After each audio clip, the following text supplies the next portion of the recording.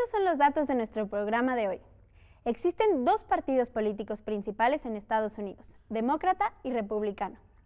Estos partidos aún no eligen a su candidata o candidato para las próximas elecciones. Hillary Clinton, Bernie Sanders, Lincoln Schaaf, Martin O'Malley, Jim Webb y Lawrence Lessig disputan la candidatura del Partido Demócrata. 15 personas del Partido Republicano han declarado su intención para participar en la contienda por la presidencia. Entre ellos se encuentran Jeb Bush, Donald Trump y Marco Rubio. El actual presidente, Barack Obama, pertenece al Partido Demócrata. Las elecciones de 2014 dieron al Partido Republicano la mayoría en el Congreso estadounidense. Regresamos contigo, Pedro.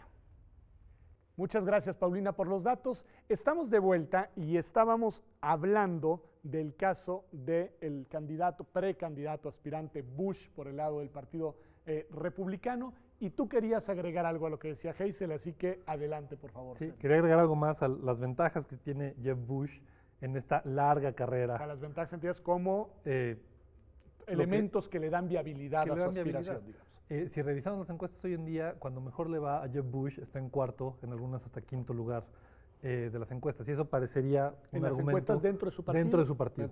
Eso parecería un argumento para descartarlo. Pero como decíamos al principio, esta es una carrera muy larga, que además tiene una dinámica interesante. En este momento de posicionamiento, algunas de las cosas que van a ser ventaja para Jeb pueden ser desventaja en este momento, como es precisamente el ser el republicano que tiene el discurso menos radical. En muchos temas es bastante más moderado que los otros y además tiene suficiente dinero para hacer una campaña muy larga. Entonces me parece que hay que ver a Jeb Bush no como inevitable, como en el caso de Hillary, que tampoco es inevitable, pero que tiene muchas más ventajas, pero como el candidato que va a pelear hasta la última primaria y que además, conforme el electorado republicano deja de preocuparse tanto por el posicionamiento y empieza a preocuparse por la electabilidad eso me interesa muchísimo, claro. de su candidato, Jeb Bush va a ganar espacios. ¿Cuánto? No sabemos. Eso es bien interesante y quizá nos sirve esta reflexión, Hazel, para intentar hacer, digamos, un análisis del siguiente tipo. Nos decías que es muy clara la diferencia de concepción del papel del Estado que tienen los dos partidos. Me gustaría preguntarte quién de los aspirantes de cada bando es el que, en mejor manera, digamos, el núcleo duro de la concepción estatal, republicana y demócrata. ¿Qué te parece si empezamos con los demócratas? ¿Quién de los tres que ustedes han identificado sería el que enarbola de mejor manera la concepción del Estado que decías tú, que ayuda, que incide, que interviene, que distribuye en el caso de los aspirantes? Yo creo que Hillary. Sin lugar a dudas. Okay. Hillary tuvo experiencia como primera dama, si tú quieres, tanto en Arkansas como en la Casa Blanca, y siempre estuvo, digamos, de la mano con William, su esposo, en empujar políticas donde el gobierno juega un papel importante. Entonces ella siempre, por ejemplo, el tema de la reforma al sistema de salud fue una bandera que Hillary jaló por mucho tiempo, claro. Incluso ella trató de impulsarla en la primera administración de su esposo y falló. El tema de la acción afirmativa ha sido un tema que Hillary ha jalado bastante. Creo que, bueno, ahora Bernie Sanders también está tratando de posicionarse y entonces por ahí dijo, ¿no?, que cuando él hablaba de un Estado socialista, pues pensaba en los bomberos y en la policía y en todo este sistema que apoya al tema, pero creo que la que tiene experiencia en eso es Hillary. Biden fue por 30 años un senador, tiene mucho más experiencia, digamos, en la negociación política y esto es en lo que Biden le puede pegar a Hillary, porque si podemos ponerlos a ellos dentro de un espectro, Hillary es mucho más técnica y Biden es mucho más político, digamos, ¿no? Entonces yo creo que sería Hillary la Entonces Hillary, podríamos decir, me imagino simplificando, que eso quizá la puede convertir a ella en la candidata más atractiva para su electorado demócrata, pero no necesariamente para el electorado ya en la elección general. Claramente, en este momento la más atractiva para los demócratas es Hillary, tiene más del 50%, bueno, alrededor del 50% en prácticamente todas las encuestas. Bernie Sanders viene creciendo de haber tenido el 2% hace 2 meses, ya tiene un 16, 17%, dependiendo de la encuesta, no es un asunto menor. De hecho, yo creo que Sanders es todavía más liberal que Hillary, al menos en términos ideológicos. La diferencia, y Hillary creo que lo planteó muy bien en el debate, es que ella, además, como dijo, ella es una progresista que le gusta hacer las cosas, ¿no? Que no vive nada más en el mundo de las ideas. Esa es la ventaja que puede tener Hillary sobre Sanders, a pesar de que yo creo que ideológicamente probablemente Sanders es todavía más liberal que Hillary, excepto en el tema del control de armas. Pero si ella fuera candidata, entonces tendríamos una candidata de los demócratas, muy demócrata, digamos. Bueno, pensemos en el otro lado. ¿Quiénes serían los aspirantes que representan de mejor manera la concepción del Estado mínimo, que no interviene, que se repliega por el lado republicano? Yo creo que estaría... Entre Ted Cruz y Marco Rubio. Ok, que decían los dos, además los dos, digamos, de origen latino. Serían los dos más conservadores en su concepción del Estado. Así es. Eso es muy interesante, porque eso creo que los puede hacer atractivos para su electorado, corrígeme si me equivoco, pero quizá no tan competitivos por lo que tú decías señalando el caso de Bush en la elección general. Sí, me parece que, déjame regresarme a lo de los demócratas para hablar de los republicanos. Me parece que Hillary lo que tiene es la ventaja, no nada más de la experiencia y no nada más de la red política que han construido los Clinton durante más de 20 años, sino además la experiencia de conocer también al otro lado y poder en varias ocasiones sentarse a negociar con los republicanos. Veo más difícil a un presidente Rubio sentándose a hablar con Sanders o sentándose a hablar con Biden, etc. Eso es lo que la hace a ella, digamos, elegible, que se ve como una candidata que puede gobernar. Porque gobernar un país en el que conviven demócratas y republicanos y algunos con posiciones muy extremas, digamos. Para Marco Rubio y para Ted Cruz, yo creo que ese va a ser el problema conforme se vaya avanzando el proceso. ¿No? Que es muy difícil imaginarnos a la parte moderada del voto republicano eligiendo a candidatos con los que a lo mejor simpatizan mucho en términos ideológicos, pero va a ser difícil que se los imaginen sentados en una negociación presupuestaria con el Congreso demócrata. Y no nada más eso, yo creo que una vez que ya estén en la campaña, que ya sean candidatos, al estadounidense también le gusta ver a los candidatos presidenciales como los que van a ser el commander in chief y quién va a tener esa capacidad.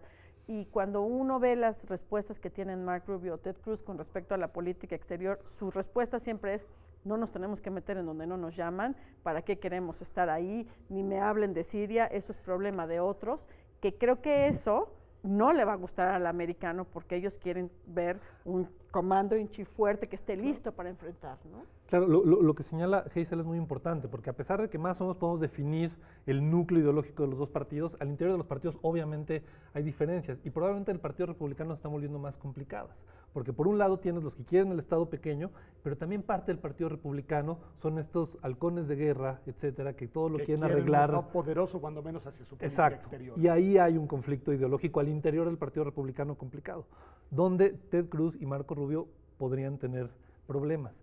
El único que más o menos puede hablar con todos los sectores del Partido Republicano, otra vez es Jeb Bush, que no tiene una mala relación con los grupos evangélicos, que es hermano de George W. Bush, por supuesto, puede hablar con los halcones de guerra, y además puede hablar con la derecha económica, por decirlo de alguna forma, ¿no? Con los que quieren un Estado pequeño, pocos impuestos, etcétera. Que es un Estado un poco paradójico ese, ¿no? Pequeño para la gestión de lo interior, pero potencia, imperio con su postura hacia el exterior. Es un partido ideológicamente contradictorio como cualquier partido político del mundo. Ok, Hazel, voy hacia Trump por el tema migratorio. Yo no sé qué tanto, y es lo primero que te quiero preguntar. En el contexto de la discusión de los Estados Unidos de la campaña, he seguido los debates y además he visto que sí es un tema que ha jalado la atención, pero no sé qué tanto haya tenido el peso que ha tenido en la opinión pública mexicana por buenas y obvias razones. Y te quiero preguntar, ¿por qué colocar ese discurso? ¿Qué tanto es un discurso que deba preocuparnos? ¿Qué es lo que más nos debe preocupar de su posición frente a la migración, en particular de los mexicanos y mexicanas en Estados Unidos? Mira, yo creo que siempre, venga de quien venga y en el estado, digamos, en el momento de la elección que esté un discurso así, siempre debe de preocuparnos porque de una u otra manera quiere decir que es un discurso que vende políticamente, quiere decir que es un discurso que jala, digamos, opinión, y que va a haber sectores de la población estadounidense o norteamericana que van a estar en contra de la migración, y eso siempre nos tiene que preocupar porque siempre pone, digamos, en jaque a nuestra población migrante. Si llegara a ser presidente, creo que no sería tan fácil. excepto en estas... materializar sus propuestas, ¿no? Pero en el discurso sí, construir cultura, digamos, con una postura así es, ¿no? Creo que en el día a día tienen mucho más injerencia en, digamos, en las repercusiones diarias de la vida de los migrantes, la población, que el presidente en sí. Lo vemos con Obama, que había prometido una reforma migratoria, al final de cuentas no pasó porque necesita de un Congreso que lo apoye, y además terminó siendo el presidente que más deportaciones tuvo, otra vez por esta presión local de que no estaba haciendo nada. Entonces el presidente tiene una acción limitada. Eso es muy importante recordarlo, ¿no? Porque centramos mucho nuestra atención, pues por buenas razones, en la elección presidencial, pero perdemos de vista que quien llegue a esa silla no necesariamente va a poder llevar a cabo su agenda, ¿no? Y que es muy probable que tengamos un Congreso otra vez muy conservador. Tenemos que recordar que en Estados Unidos los distritos electorales se conforman cada 10 años de acuerdo al censo, y que es muy importante los gobernadores, porque ellos son, digamos, el Congreso local dibuja los distritos electorales y los gobernadores los aprueban. Entonces, cuando tienes gobiernos republicanos o gobiernos conservadores en los estados, tienes distritos electorales o distritos congresionales conservadores. El último censo fue en el 2010, entonces podemos ver una conformación del Congreso muy similar durante toda la década. Entonces no vas a tener un Congreso... O sea, quien llegue va a tener enfrente un Congreso conservador. Sí. De nuevo, hay que subrayarlo así. Sí, sin duda. Yo agregaría a lo que menciona Hazel sobre Trump, estoy completamente de acuerdo, es un discurso de odio que debe ser inaceptable, no nada más porque lo hizo Donald Trump, sino porque tiene efectos sobre la población que de pronto sienten esta permisividad incluso para agredir a mexicanos, tengan o no tengan papeles en Estados Unidos, etcétera. Es preocupante en cualquier momento. En términos de la posibilidad de que Trump llegue a la presidencia, me preocupa menos. ¿Te preocupa menos ese discurso o te preocupa menos la posibilidad? La posibilidad de que llegue justamente por ese discurso. El último republicano en llegar a la Casa Blanca llegó a la Casa Blanca con el 40% del voto latino. Barack Obama ganó en su última elección algo así como el 76% del voto latino. Y cada vez el voto latino es más importante. Entonces, si los republicanos quieren ganar, tienen que estar pensando en por lo menos ganar el 40% del voto latino. Y ese discurso no va a ganar esos porcentajes de voto latino. Entonces, el mismo discurso le crea un problema en términos de la probabilidad de Trump de ser electo, incluso si llega a ganar la nominación, que eso también está por verse. Que además es un error que han tenido los republicanos en tratar de meter a todo el voto latino bajo un mismo discurso. Los latinos son millones en Estados Unidos y tienen diferentes agendas. Entonces, cuando tú dices que los latinos son violadores, criminales, además ustedes mismos ideológicamente nos recuerdan que del lado republicano hoy hay dos latinos con un discurso muy conservador, digamos, nada más como es un buen ejemplo de eso. Y para que no pensemos que los latinos solo votan por los demócratas. Cuando los republicanos agreden a los latinos, ahí sí logran unificarlos, porque están agrediendo al empresario, al pequeño y mediano empresario, al trabajador, al migrante, o sea, insultan a todos. Sí, ¿no? El gran error republicano en ese sentido creo que ha sido racializar su argumento. Hablan de migrantes, pero aprueban leyes en Arizona donde si pareces migrante te puede detener la policía. Ese es el problema. Si lo hicieran con un discurso menos racializado, una connotación discriminatoria, excluyente, muy fuerte, digamos, ¿no? Probablemente con un discurso mejor elaborado, donde hablaran de legalidad, pero no necesariamente racializando el discurso, probablemente no tendrían tanto problema con la población latina y podrían seguir teniendo un discurso antimigrante, que es finalmente lo que les va a dar la candidatura. Nos quedan 3 minutos y me gustaría, en una reflexión, es temprano, pero la relevancia para México de esta elección en particular. Sabemos que la relevancia de nuestra vecindad con Estados Unidos es muy grande, la relación política, en fin, pero de esta elección, en este contexto, en este México y en estos Estados Unidos, Hazel, ¿qué tiene de especial la elección que se avecina? Mira, va a ser una elección, yo creo que independientemente de quién gane, vamos a tener un periodo difícil. Tenemos este último año de Barack Obama, que sería como lo que le dicen en Estados Unidos el lame duck, el pato cojo, porque ya no se lanza a reelección, porque en realidad no tiene mucha aceptación, entonces muchos demócratas se han tratado de distanciar de él, y entonces lo que se pueda hacer, digamos, constructivamente en la relación bilateral está limitado porque no hay un objetivo político pronto. Y después, cuando tengas el presidente electo en Estados Unidos en el 2017, al gobierno de México le va a quedar un año. Entonces también vamos a estar en otra dinámica. Creo que vienen 2 años y medio, digamos, difíciles en donde los procesos políticos en cada país pues van a impactar.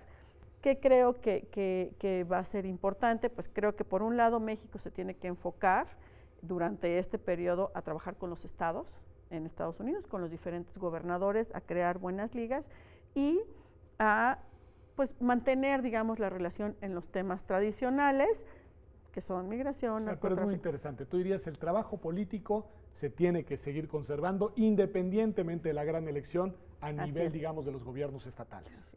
Es muy importante eso. Claro, porque además, llegue quien llegue, como bien decía Hazel, va a ser un presidente que va a tener muchos límites, etcétera. En este momento es difícil saber realmente ideológicamente dónde estaría, supongamos, el presidente Trump, porque una vez electo, todos los presidentes tienden a moverse hacia el centro. Qué tanto se puede mover, no sabemos. Y las discusiones de estos días entre los candidatos pues tocan temas que son muy relevantes para México, pero no sabemos qué va a pasar, cómo van a evolucionar esos temas durante la campaña. El asunto del control de armas, por ejemplo. Digamos, si vamos a tener un presidente demócrata con las posturas que vimos en el debate del martes, yo creo que esas serían buenas noticias para México. Claro. El problema es que de aquí a que sea electo y llegue y tome posesión. Y logra además impulsar esa agenda seguramente que tiene tantas resistencias. Es uno de los temas que van a ir quedando que se van a ir perdiendo en la campaña. Y creo que ahí será importante ver a otros actores mientras pasa la campaña. Claro. Por ejemplo, la Corte ayer dijo que la ley de armas, de control de armas de Nueva York y Connecticut, que prohibían ciertas armas de asalto, en algunas partes era inconstitucional. Por eso digo que a lo mejor hay que ver qué está pasando en los estados y cómo podemos tener nuestra relación ahí. Y además, bueno, pues la complejidad de todos los actores institucionales que en un estado como el norteamericano juegan, pesan e inciden en las decisiones. Pues muchas gracias, Hazel, en verdad, por haber estado aquí con nosotros en Observatorio. Gracias, Sergio. No, espero verlos aquí de nuevo, analizando esta misma elección conforme vaya avanzando. Quizá vale la pena esperar a que estemos ya en las primarias y después cuando tengamos candidatos, porque en efecto, yo creo que es una elección que por muchas razones debe llamar nuestra atención acá desde México. Gracias, en verdad, y gracias a usted por habernos acompañado hasta este punto en Observatorio.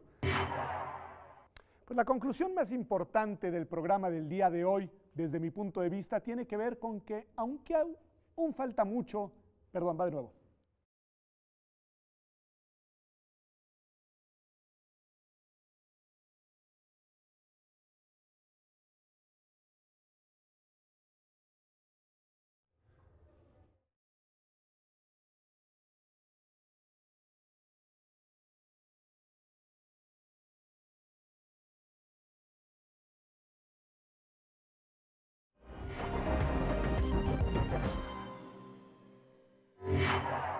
Pues la conclusión más importante del programa del día de hoy, desde mi punto de vista, tiene que ver con un dato fundamental. Aunque todavía falta mucho para la definición de las candidaturas y, por supuesto, de la contienda presidencial en los Estados Unidos de Norteamérica, hay un debate de fondo sobre cuál debe de ser el papel que debe realizar el Estado. Un Estado que participe, que ayude, que contribuya, que incide en la vida pública, o un Estado mínimo que se repliegue. Ahí está la variable de distinción entre demócratas y republicanos. Esto ha sido Observatorio. Muchas gracias por acompañarnos. Nos vemos la próxima semana aquí en TV UNAM, como todos los martes a las 9 de la noche.